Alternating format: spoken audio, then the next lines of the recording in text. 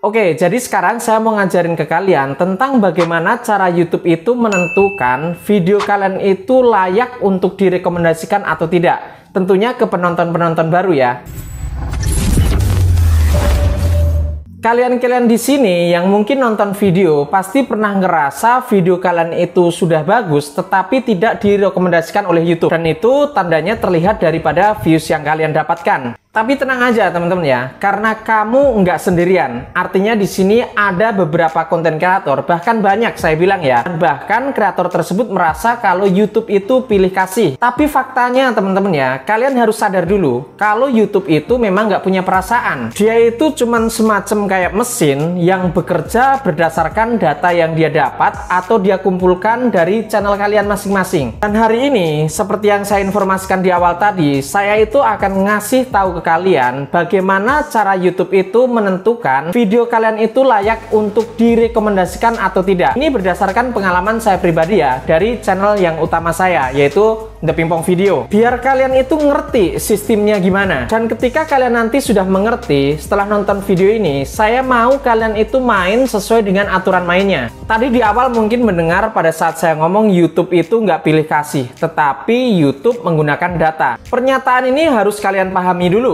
YouTube itu bukan manusia teman-teman ya. Dia itu cuma menggunakan data-data teknis untuk memilih video mana yang layak untuk direkomendasikan ke banyak orang. Semua video baru, semua video yang kalian upload, semuanya itu diuji dulu, dipelajari oleh si YouTube itu sendiri, bukan langsung disebar ke banyak orang. Setelah YouTube melakukan tes itu dan mendapatkan hasilnya, selanjutnya YouTube itu akan menentukan video kamu itu layak enggak sih kalau disebarin ke banyak orang, atau jangan-jangan malah enggak sama sekali. Kalau di sini saya yakin video saya ini akan layak untuk disebarkan ke banyak orang. Buktinya apa? Buktinya kalian pada nontonin video saya sampai hari ini. Sekali lagi saya ulangin di sini apa yang saya sampaikan ke kalian hari ini berdasarkan pengalaman saya. Dan semuanya itu tertuang di sini teman-teman ya. Ini dari awal saya nge-YouTube semuanya saya tulis di sini. Jadi saya ngomong nggak asal jeplak aja begini, enggak.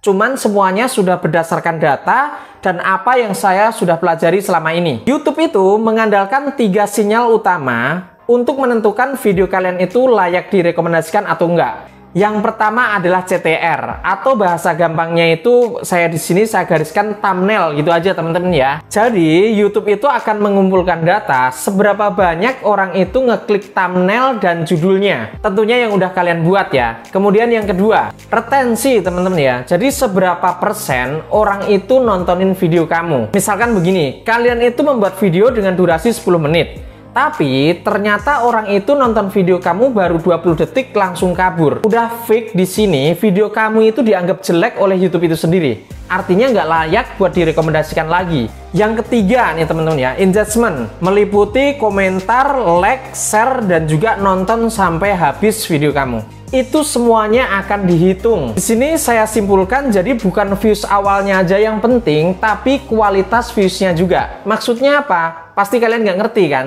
Jadi maksudnya gini, video kalian hari ini viewsnya rendah misalkan teman-teman ya, atau jeblok nih misalkan ya. Tapi kalau performa data kalian itu bagus nih teman-teman ya, dengerin ya. YouTube itu bisa dorong lagi video kami itu di hari-hari berikutnya, bisa minggu depan ataupun hari-hari yang berjalan ya. Sekarang kita bicara lebih jauh lagi. Bagaimana cara YouTube itu menguji video kalian? Ini pasti banyak yang belum tahu, makanya di sini saya share. Makanya dari kemarin awal video itu saya terkesan kayak marah-marah atau apa itu karena seringkali saya melihat konten-konten yang nggak bener-bener ngasih ilmu ke kalian ya. Nah makanya di sini kalian tontonin aja video saya karena saya pastikan kalian itu akan mendapatkan sesuatu yang fix berguna buat kalian. Jadi setelah kamu itu selesai melakukan upload video baru kamu tuh, video yang nggak tahu saya ya, video penting atau enggak itu urusan kalian. Video itu langsung akan melempar video kalian itu kemana? Coba ke penonton-penonton kecil teman-teman ya. Biasanya dilihat dari subscribernya. Tentunya subscriber yang aktif teman-teman ya, bukan subscriber bodong. Makanya ilangin tuh. Buang jauh-jauh yang kalian bikin akun-akun bodong buat ngeliatin video kalian sendiri, ilangin hal-hal semacam itu. Kemudian yang kedua, ke mereka ataupun ke orang-orang yang suka nontonin video yang satu niche dengan video yang kalian share. Itu yang kedua. Selanjutnya yang ketiga, views ataupun penonton ataupun subscriber yang ada di negara kalian. Entah kalian saat ini ada di mana, saya nggak ngerti ya. Ada di Taiwan, di Hong Kong, di Indonesia, atau di mana, saya nggak ngerti. Yang jelas akan dilempar ke mereka yang di negara kalian sendiri. Dan menurut data yang saya pelajari teman-teman ya, karena saya fokus konten memang benar-benar terhitung udah 3 tahun. Jadi kurang lebih itu saya bukan merasa ngerti, bukan ya. Tetapi semua kan saya tulis teman-teman ya. Jadi saya ngomong di sini sekali lagi saya ulangin berdasarkan data. Kalau kalian ataupun siapapun itu kalau ngomong nggak berdasarkan data, cuman asal jeplak, ya udah pasti zong isinya.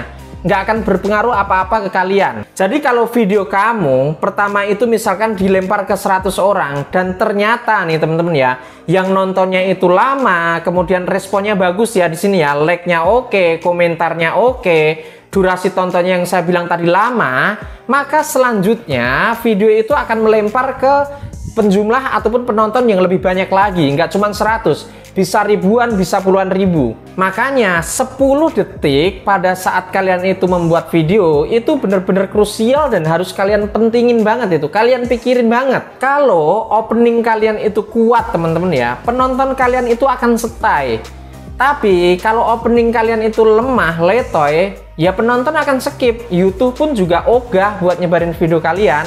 Di sini jelas ya. Selanjutnya nih teman-teman ya, kalau kalian kritis di sini dan kalau kalian itu pengen berkembang di dunia YouTube atau di konten-konten ataupun channel kalian yang sedang kalian bangun sekarang, harusnya kalian nanya, apa yang bisa kalian kontrol dengan kondisi seperti ini? Harusnya seperti itu ya. Nah, sekarang langsung aja saya jawab. Yang pertama itu konten teman-teman ya.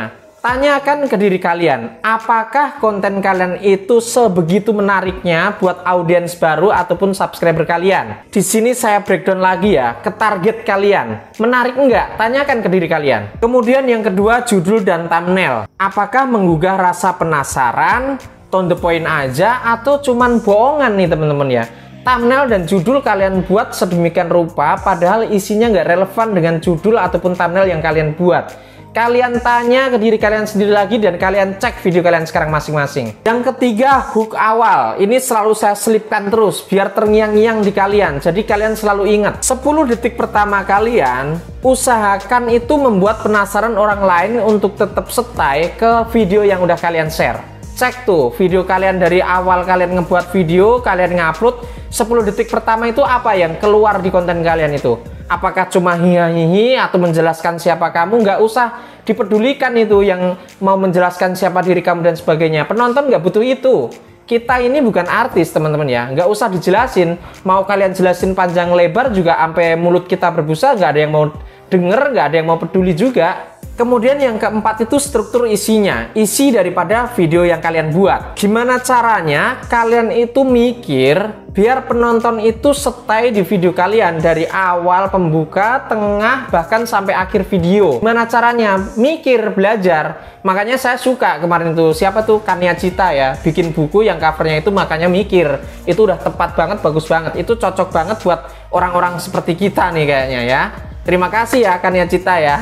Saya suka bukunya. Faktanya teman-teman ya, ini fakta ini kalian harus tahu. Banyak YouTuber gagal itu bukan karena isi videonya jelek. Ingat-ingat ya, bukan karena isi videonya jelek. Tapi boleh saya bilang di sini mereka nggak mau belajar, memahami, mengerti bagaimana YouTube itu menilai performa daripada video kalian dan menguji pastinya ya.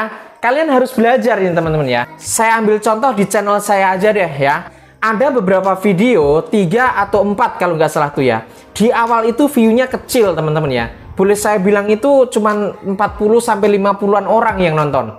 Itu kecil banget menurut saya. Padahal saya ngerasa video saya itu bagus banget.